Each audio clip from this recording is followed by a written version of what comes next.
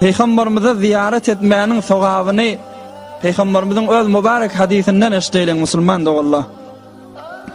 An İbn Umar radıyallahu an anin Nebi sallallahu aleyhi ve sellem men zarani ba'da vefati فكأنما زارني في حياتي رواه الطبراني والدارقطني.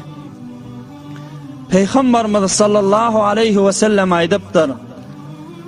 Her kim bana ölüp de dünyadan geçemden sonra kabrıma gelip de ziyaret etse, güya inki men diri vaqtimda yanıma gelip ziyaret eden yalıqtır diptir soğabi. Peygamberimiz ba vaqtında dünyanın näsit tevreğinden baryanmıştıkla 4 tevreğinden Peygamberimizin salamına ve ziyaretine baran adam sahabe diyen maqama liyanmış. Indi Peygamber zanki dünyadan geçti, onun merkada mutahharına ziyaret için barınlayan Müslümanlığın. Peygamberimizin de mübarek sözü, senet ba kim men dünyadan geçemden sonra da men ziyaretime gelen adam aynuhu bana dirilikte sataşan yallıktır Peygamberimiz. Şuzra sevabı kânniptir. Veya yine bir mübarek hadisinde ne diye?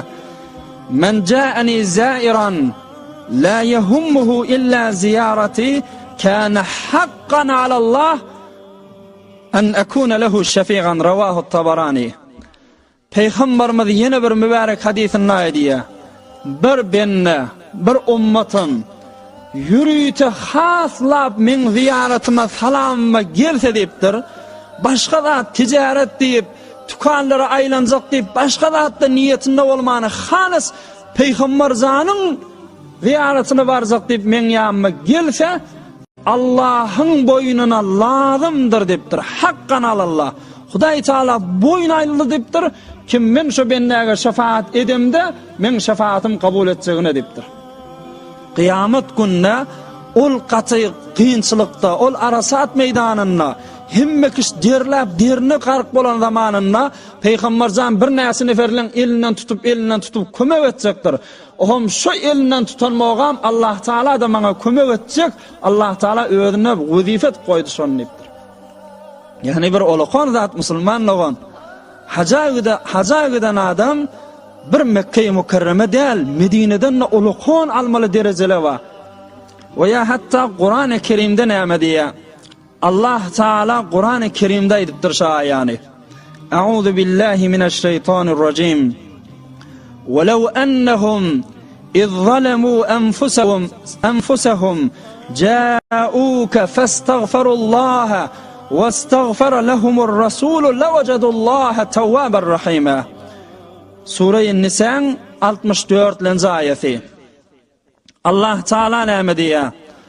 Eğer men bendelem özlerini günah etmek bilen zulmetseler, günahkar bolsalar, ondan sonra da ca'uka seni Peygamberin yanına gelseler, ohumda öz günahlarını boyun alıp estağfirullah Hudaya tövbe ettim deyseler ve seni Peygamber de Hudaya şu ümmetimin günahını geçti aysan men o Hudaya'nın günahını geçecek deyiptir.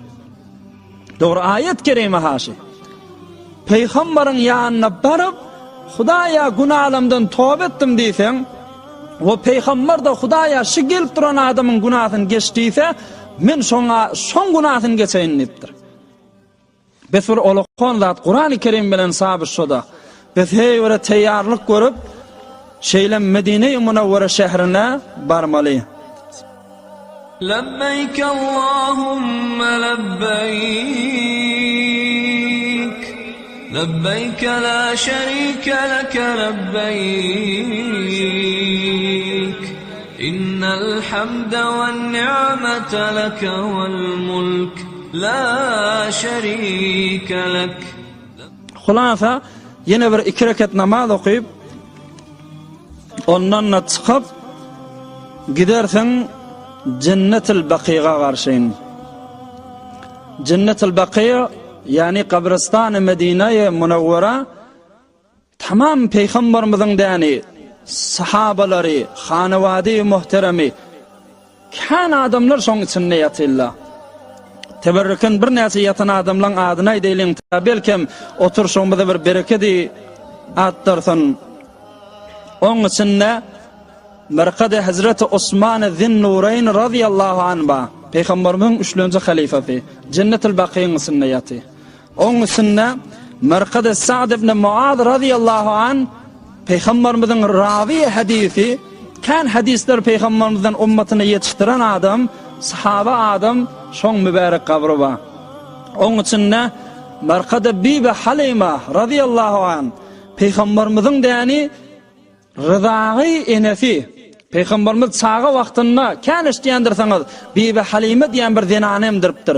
Şu zenanan kabri ziyareti da şu Cennetul Baqiy'in içinde. Ondan sonra Peygamberimizin däni ezwaj-ı mutahharat yani ummahatul mu'minin Hazreti Hadice bilen Meymuna radıyallahu anhumadan başka zenanalary şu Cennetul Baqiy'in içinde ýaty. Olaň ziyaretine bararsyň. Peygamberimizin gyzlary Hazreti Zeynep, Ruqayya, Umm Kulsum, Fatıma radıyallahu anhum ecmaîn. Şolaň hemmejigi şu Cennetul Baqiy'da ýaty. Ondan sonra Peygamberimizin oğuljugy hep özünden bolan oğul 4 ýaşynda dünýeden geçýär. Hazreti İbrahim aleyhisselam İbrahim canna şu Cennetul Baqiy'in içinde ýaty. Oň ziyaretine salamyna bararsyň. Şoň ýalak kan başga sahabalar ba ýeke-ýeke howluk manzyk qaw salam bilen, qaw edep bilen ziyaretini edersin. Hemmejide we teberrük sahaba adamlar. Ondan sonra bir näçe günike kerwen sana icazet berýär. Ruhaniň badyr, mudirin badyr icazet berýär falan güne selim biz Medine'de boljak diýär. Sen şu wagty ganimet bil, fursat bil. O wagty Medine'nin bazarlarına aylanma bilen, hiyavallarını gezme bilen, tükallarına yok. O bilen vaktin geçirme. O bununda bir gerek ya iki gerek netice edecek ya edecek de. Sen başardığından nani yine de gel Peygamberimizin yarrağına, mescidine. Fakat salavat okuy, dilin yadiyansa, namaz okuy, mun beraber başka mescidlerden sogabı kan, Kur'an okuy. Amma salavatın koyma. Zor salavatını sanadıdır. Salavat diyene Allahümme salli ala Muhammed, Allahümme barik ala Muhammed namazın içinde okuyan salavatımız. Zor okuyudur şu salavatları. Ondan sonra hey vura edebin saklap bir moğun Medine şehrine diyene bidirek bi terbiyeti her bir zadi ki bi edepçilik bolsa edama. Görün Hazreti Malik rahimahullah Maliki mezhebin ulusi Nazırın Medine'de edepli yaşaptır. Bizke barazak bir kan yaşasak bir 20 gün yaşasak şolada. 20 gün ikametimiz var. Ondan sonra yine qaytmaly oýdawamyza. Amma İmam Malik umrun şu Medine'de geçiripdir. Benne Huda umrunna hiç moğun Medine şehrinin içine ata minmäpdir. Ayagulagy minmäpdir. Näme diýip? Hatta kavuşluk edmeyaptır. Ayak yalanaç gezýänmiş. O näme? Son Medine şehrine Peygamberimizin ayak defelek geçen zaýlar bulalar depdir.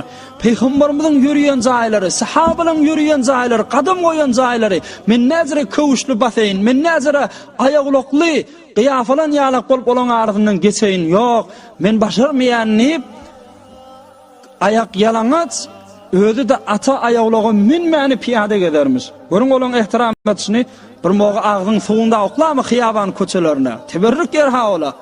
Mescidin siyalak bil hiyabanlarına. Bir direk ayak uzatmala Peygamberimizin mescidine karşıyın. Bir direk sözler. Hulasa o zatlardan gowy amanna walla başardığından da yankay diyen yerlemide barıp 2 rekat namazını okuyacak bol. Peygamber zanın duran yeri, öz salan mescidinin içi, sahabalan mescidi, hulasa şolun arasında barıp duracak bol.